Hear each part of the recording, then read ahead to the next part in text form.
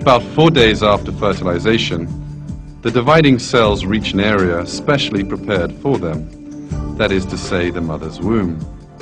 In order not to be expelled from the body, they have to cling on to the womb. However, the newly forming embryo is a round cluster of similar cells. It has no special hook or extension to enable it to cling on anywhere. So how does it stick to the wall of the womb?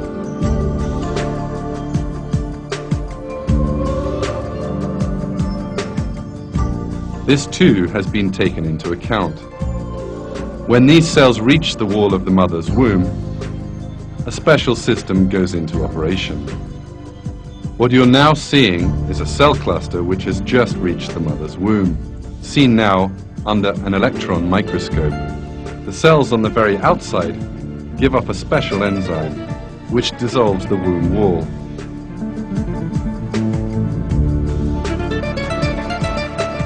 In this way, the cells cling tightly to the womb and avoid being expelled from the body. The presence of these cells, which are both in the right place and which release the necessary enzyme, once more reveals the perfection of creation. Thanks to this flawless creation, the cell cluster is buried in the wall of the womb.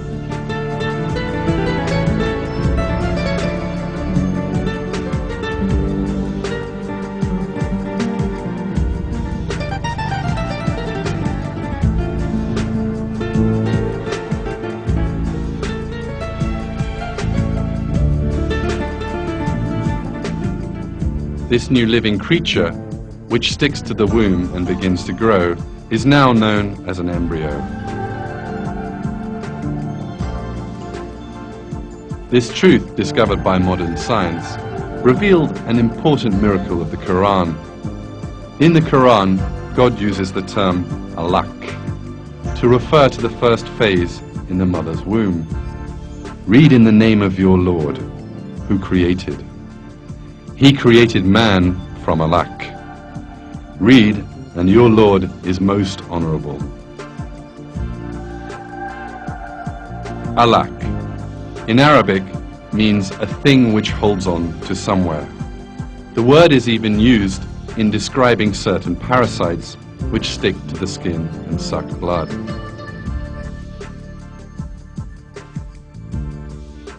In other words, in the Quran, which was revealed to us at a time when man's knowledge of biology was still very limited, a word is used which exactly describes the embryo in the mother's womb.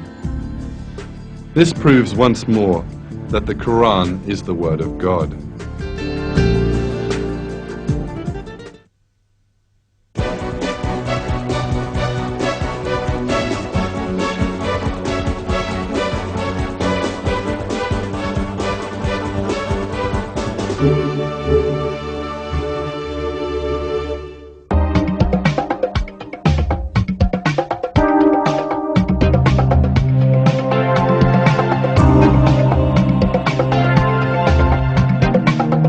A countless number of single-celled creatures live in our world, which is a planet full of life. All of these single-celled creatures multiply by dividing and form exact copies of themselves as they do so. The embryo developing in the mother's womb also begins life as a single-celled creature, and the cell multiplies by copying itself.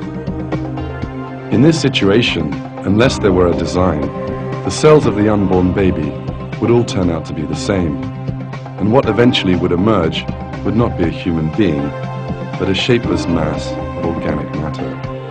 But nothing like that happens, because the cells are not unsupervised.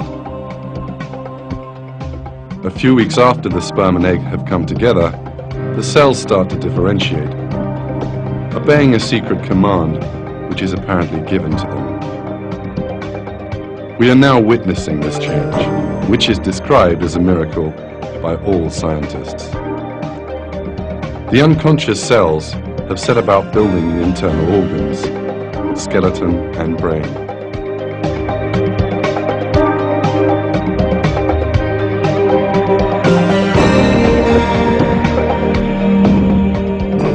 brain cells have begun to form in these two small gaps.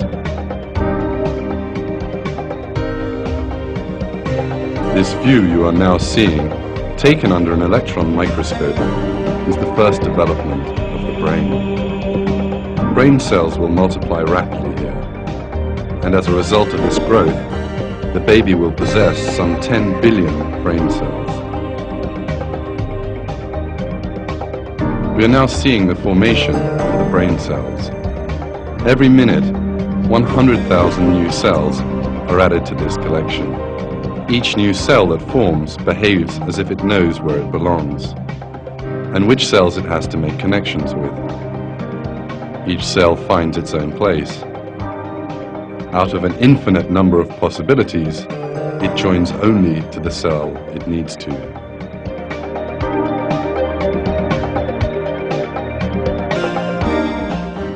There are 100 trillion connections in the human brain. In order for brain cells to be able to make these trillions of connections properly, they need to demonstrate an intelligence far superior to that possessed by humans. However, cells have no intelligence at all. And not just brain cells. Each of the dividing and multiplying cells in the embryo heads from the place where it first formed straight to the point it has to occupy, and each one finds the place designed for it.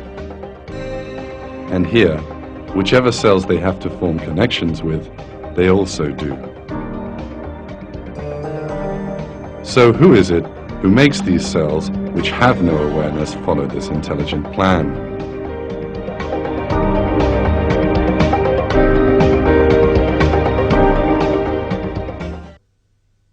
Bir yere gelir, rahme gireceği yeri seçer ve oraya yapıştıktan sonra aynı olan bütün bu hücreler nasıl oluyor da birdenbire bir yerden bir emir almış gibi hepsi ayrı ayrı yerlere göç ederek ayrı ayrı organların oluşmasını sağlamaya çalışırlar. Bu açıkça gösteriyor ki bu aynı olan hücreler, ne yapacaklarını bilmeyen hücreler, bütün genetiği, DNA'ları aynı olan hücreler bir yerden bir emir alarak bazıları beyni, bazıları kalbi, bazıları ise diğer organları teşkil ederler. Construction inside the mother's womb goes on unceasingly. Some of the cells undergoing change suddenly begin to expand and contract. Following that, hundreds of thousands of these cells come together, and these make up the heart. This heart will continue to beat for a lifetime. In a short while, we'll see a real miracle. These cells, which stand independent of each other, are in fact vein cells. Then these cells suddenly start to join onto each other and form connections between themselves, and the cells form the veins. Let's see that magnificent sight again.